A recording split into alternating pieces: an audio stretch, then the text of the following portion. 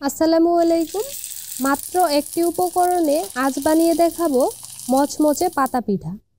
এই পিঠাগুলো দেখতে যেমন সুন্দর, খেতেও হবে অনেক বেশি মজার। মুখে দিলেই একদম মিলিয়ে যাবে। আর বানাতে সময় লাগবে মাত্র 30 সেকেন্ড। তাছাড়া রোদে দেওয়ার ঝামেলা ছাড়াই কিভাবে পিঠাগুলো শুকিয়ে নিতে পারবেন সেই টিপসটাও আপনাদের সাথে বলে দিব। তাহলে প্রথমেই এখানে আমি 2 কাপ নিয়ে নিচ্ছি আতপ চাল। আর এই চালগুলো আমি পরিষ্কার করে ধুয়ে সারা রাতের জন্য ভিজিয়ে রেখেছিলাম। সারা রাত ভিজিয়ে রাখার কারণে চালগুলো এখন একদম নরম হয়ে গেছে। এবারে চালের মধ্যে এই বাড়তি পানিটুকু ভালোভাবে ঝরিয়ে ফেলে দিয়ে ব্লেন্ডার জারে দিয়ে দিব। আপনারা চাইলে পাটায় বেটে নিতে পারেন। তারপর স্বাদমতো দিয়ে দিলাম লবণ। সেই সাথে চালগুলো ব্লেন্ড করার জন্য 1/4 কাপ দিয়ে দিচ্ছি নর্মাল পানি। শুধু এইটুকু পানি দিয়ে কিন্তু চালগুলো ব্লেন্ড হবে না। আমি পর্যায়ক্রমে ধাপে ধাপে ব্লেন্ড করার সময় আরও পানি দিয়ে ব্লেন্ড করব। কতটুকু পানি লাগবে সেটা আমি পরে বলে দিব। তো ফিরে এলাম চালগুলো একদম আঠালো আর মিহি করে ব্লেন্ড করার পর। পাতা পিঠা তৈরির জন্য এই গুলাটা হবে একদম আঠালো। তাই যদি ব্লেন্ড করার শুরুতেই ঝপ করে বেশি পানি দিয়ে ফেলেন তখন কিন্তু গুলাটা পাতলা হয়ে যাবে। আমি ব্লেন্ড করার ফাঁকে ফাঁকে অল্প অল্প করে পানি দিয়ে ঠিক এরকম একটা ব্যাটার বানিয়ে নিয়েছি। 2 কাপ চালের গুঁড়ার জন্য আমার এতে 3/4 কাপ পানি লেগেছিল। তবে চালের ধরন অনুযায়ী আপনাদের ক্ষেত্রে পানির পরিমাণ কিন্তু সামান্য কম বা বেশি লাগতেই পারে। পিঠাগুলো যাতে দেখতে সুন্দর লাগে তাই আমি পছন্দ মতো ফুড কালার ব্যবহার করব। সেজন্য গুলাটা আমি আলাদা আলাদা বাটিতে ঢেলে নিয়েছি।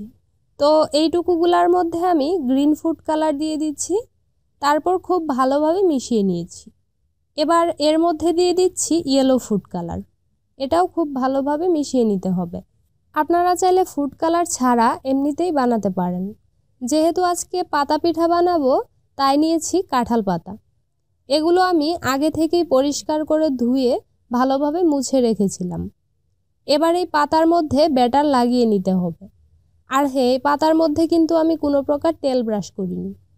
এইবারে চামচ দিয়ে সবটুকু পাতার মধ্যে লাগানোর পর এইভাবে একটু ধরে থাকলেই দেখবেন বাড়তি গুলাটা পড়ে যাবে। তো একইভাবে কয়েকটা পাতার মধ্যে আমি গুলা লাগানোর পর এরকম একটা ঝাঁঝরির মধ্যে বসিয়ে নিয়েছি। তারপর এগুলো ভাপ দিতে হবে। সেজন্য আগে থেকেই আমি হাঁড়িতে পানি গরম হতে দিয়েছিলাম। এবার এই ঝাঁঝরিটা এই গরম পানির উপর বসিয়ে দিচ্ছি। তারপর ঢেকে কিছুক্ষণ অপেক্ষা করব। 30 থেকে 40 সেকেন্ডের মতো অপেক্ষা করলেই দেখবেন পিঠাগুলো এরকম সিদ্ধ হয়ে স্বচ্ছ হয়ে যাবে। পিঠাগুলো এখন এই পানির ভাপ থেকে উঠিয়ে নিব। আর একইভাবে বাকি পিঠাগুলোও বানিয়ে নিতে হবে। তো সবগুলো পিঠা বানানোর পর এখন পাতা থেকে এইভাবে টান দিলেই দেখবেন খুব সহজেই উঠে আসবে। দেখে নিশ্চয়ই বুঝতেই পারছেন কতটা সুন্দর হয়েছে।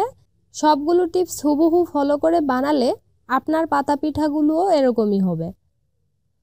তো এখন এগুলো ভালোভাবে শুকিয়ে নিতে হবে।